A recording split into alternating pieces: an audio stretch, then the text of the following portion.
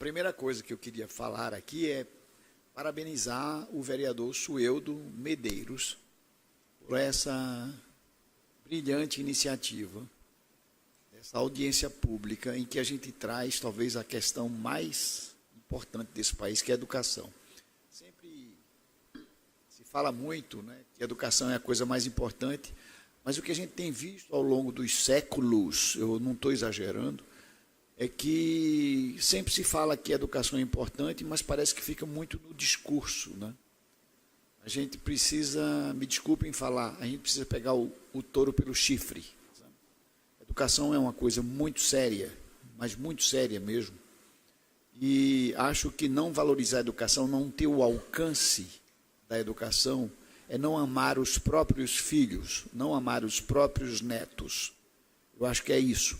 Então, eu parabenizo o Sueldo pela sua iniciativa e fiquei impressionado como a audiência toda participou. Todos deram sua opinião, todos debateram, todos discutiram, porque não tem como você ficar insensível à questão da educação nesse país. E principalmente quando você vê as coisas acontecendo com uma rapidez tão grande, não é? Então, a gente não se envolver com isso é uma desumanidade, sabe? Mas eu queria falar só algumas pequenas coisas que foram comentadas aqui. Por exemplo, a questão da customização. O professor João falou. Uma das vantagens de uma plataforma digital de ensino e aprendizagem é que ela não é engessada, ela é customizável, ela se adapta a qualquer secretaria de educação, ela toma a cara da secretaria. Então, você não tem uma coisa de cima para baixo, goela abaixo, entendeu? Quando você chega na secretaria, a nossa experiência é essa.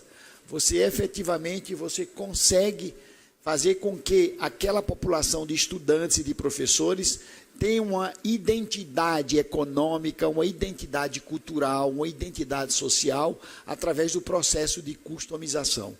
Isso é uma coisa muito importante, né? No passado, a gente aprendia primeiro história da queda da Bastilha, né? História da Guerra Civil Americana. Aqui a gente precisa saber a história do nosso município, da nossa escola, da nossa família, porque fica mais fácil depois da gente saber a história do mundo, não é verdade? Então, a customização é muito fácil com a plataforma digital. Outra coisa que foi tocada aqui, que eu acho que é importante, é ressignificar o papel do professor. Nós vimos aqui que é uma avalanche de coisas novas que a gente leva para a sala de aula, né? Para a escola pública, né? E, logicamente, que concomitante a todos esses conteúdos e ferramentas que são oferecidos às crianças, tem que se oferecer também ao professor uma formação continuada primorosíssima, porque ele é a alma da escola. O professor é a figura mais importante. Sem ele, a tecnologia não vai para frente, mas ele precisa ser capacitado, ele precisa ser formado, não é? Uma outra coisa que eu acho que ficou clara aqui diante de todas as coisas é que a questão é essa, fazer com que as crianças aprendam a resolver problemas. É isso. Nós temos que ensinar as crianças a resolver problema. Não é formar criança médico, nem engenheiro, nem advogado, nem nada disso. É exatamente resolver problemas. Resolver problemas é o que vai fazer com que, diante das crises provocadas pela inovação, como disse o Schumpeter, diante dessas crises, as crianças rapidamente mudam de profissão, porque elas estão preparadas para isso. Isso é uma cultura que nós temos que efetivamente implantar em nossas escolas, né? Porque a tecnologia, ela implodiu o tempo e o espaço da sala de aula. A criança hoje, ela tem uma plataforma que ela pode estudar em qualquer lugar, na casa da avó, na sacristia da igreja, em casa, na sala de aula. O professor pode atuar à distância, o professor faz a sala de aula invertida. Então, não existe o tempo e não existe o espaço. A sala de aula é qualquer espaço e é qualquer tempo. Então, há uma série de facilidades incríveis que isso tem que ser passado ao professor, isso tem que ser passado à cultura na nossa sala de aula, entendeu? Nós nos preocupamos muito com os pontos que são sacrifício da escola pública, e isso existe no Brasil todo. Nossa maior experiência é no estado de São Paulo. O estado de São Paulo é um estado riquíssimo, é a 16ª maior economia do mundo, só como estado.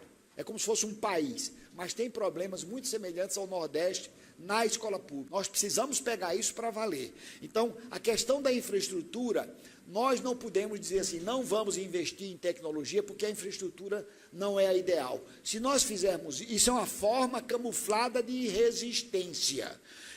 Nós temos que começar com o que existe. O que existe é o quê? É um data show e um computador? Vamos começar.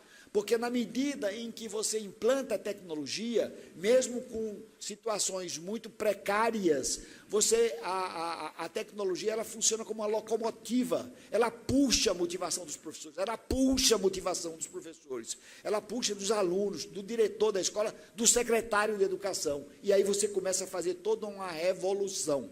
Então, são pontos importantes. A infraestrutura, ela é importante, mas ela vai melhorar. Ela vai melhorar. Bom, eram pontos que eu achei que eram interessantes, que foram tocados aqui pela audiência. Eu queria mais uma vez agradecer a Sueldo e parabenizá-lo, Sueldo. Nós precisamos de mais Sueldos no Brasil que possam fazer esse tipo de trabalho gregário, de fazer com que as pessoas pensem o assunto mais importante desse país. Sem ele, nós não vamos sair do buraco. E aqui eu quero falar de um grande educador brasileiro chamado Anísio Teixeira. Todos conhecem. Anísio Teixeira falou o seguinte: a escola pública é a usina da democracia. Obrigado. Eu vou manter aqui que...